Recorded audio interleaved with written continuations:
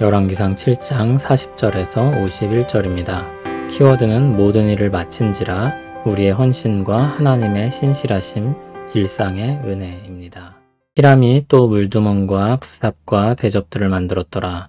이와 같이 히람이 솔로몬 왕을 위하여 여호와의 전에 모든 일을 마쳤으니 곧 기둥 둘과 그 기둥 꼭대기에 공 같은 머리 둘과 또 기둥 꼭대기에 공 같은 머리를 가리는 그물 둘과 또 그 그물들을 위하여 만든 바 매 그물에 두 줄씩으로 기둥 위에 공 같은 두 머리를 가리게 한 석류 400개와 또 10개의 받침 수레와 받침 수레 위에 10개의 물두멍과 한 바다와 그 바다 아래의 소 12마리와 솥과 부삽과 대접들이라. 히람이 솔로몬 왕을 위하여 여호와의 성전에 이 모든 그릇을 빛난 놋으로 만드니라. 왕이 요단 평지에서 숫꽃과 사르단 사이에 차진 흙에 그것을 부어내었더라. 기구가 심히 많으므로 솔로몬이 다 달아보지 아니하고 두었으니 그 놋 무게를 능히 측량할 수 없었더라. 솔로몬이 또 여호와의 성전에 모든 기구를 만들었으니 곧 금단과 진설병의 금상과 내소 앞 좌우로 5씩 둘 정금 등잔대며 또 금꽃과 등잔과 불집게며 또 정금 대접과 불집게와 주발과 숟가락과 불을 옮기는 그릇이며 또 내소 곧 지성소문에 금 돌적이와 성전 곧 외소문에 금 돌적이더라. 솔로몬 왕이 여호와의 성전을 위하여 만드는 모든 일을 마친지라. 이에 솔로몬이 그의 아버지 다윗이 드린 물건 곧 은과 금과 기구들을 가져다가 여호와의 성전 곳간에 두었더라. 아멘. 성전 건축 마지막 부분입니다. 히람이 앞에서 만든 것들과 더불어 다른 기구들을 더 만들었습니다. 번제물을 태우는 제단이 있는 뜰에서 쓰이는 기구들입니다. 40절을 보면 물두멍, 부삽, 대접이라고 했습니다. 40절에 나오는 물두멍은 앞에서 이야기한 것이 아닐 것입니다. 제단을 청소하는 데 사용된 다른 도구입니다. 역대하 4장 11절을 보면 같은 내용을 언급하고 있는데 거기서는 솥이라고 했습니다. 그래서 오늘 본문 40절을 다른 번역에서는 솥이라고 번역한 경우도 있습니다. 45절에도 40절과 같이 여러 기구들이 언급되는데 45절을 보면 솥과 부삽과 대접이라고 언급합니다. 출애굽기 27장 3절과 38장 3절을 보면 재를 담는 통과 부삽과 대야와 고기 갈고리와 불 옮기는 그릇이 나옵니다. 앞에 세 가지와 같은 순서라면 솥은 재를 담는 통을 가리킬 것입니다. 부삽으로 제단에서 태운 재물에 재를 뜨고 재를 솥에다 옮겨 내다 버렸을 것입니다. 대접 또는 대야는 피를 담는 그릇이었을 것입니다. 40절은 히람이 모든 일을 마쳤다고 마무리하고 41절부터는 그동안 그가 만들었던 것들을 나열합니다. 46절을 보면 그것들은 흙에서 부어 만든 것이라고 했습니다. 47절에는 기구가 심히 많았으므로 그 무게를 능히 측량할 수 없었다고 했습니다. 48절을 보면 다른 성전 기구들의 목록이 또 나옵니다. 금단, 진설병의 금상, 내소 앞 등잔대 10개, 금꽃과 등잔과 불집게, 정금 대접과 불집게와 주발과 숟가락과 불을 옮기는 그릇, 지성소문의 금 돌적이, 외소문의 금 돌적이입니다. 이 부분은 솔로몬이 한 것으로 언급됩니다. 솔로몬은 금으로 된 것들을, 히람은 놋으로 된 것들을 각각 달리 만든 것으로 이야기되고 있습니다. 금으로 된 기구들을 보면 모두 성소와 지성소에서 쓰이는 것들입니다.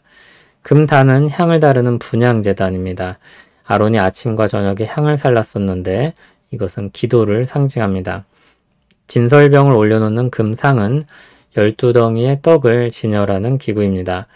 12덩이의 떡은 하나님께서 12지파에게 항상 필요를 공급하신다는 것을 나타내는 것이었습니다. 이는 자기 백성과 함께 하시는 하나님의 임재를 뜻합니다.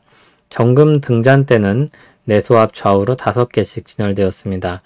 출애굽기 25장 31절에서 40절을 참고하면 그것은 아몬드 꽃 모양 등잔인데 중근동에서 아몬드 꽃은 가장 이른 봄에 피는 꽃입니다. 하나님께서 말씀을 신실하게 지키심을 나타내는 상징입니다.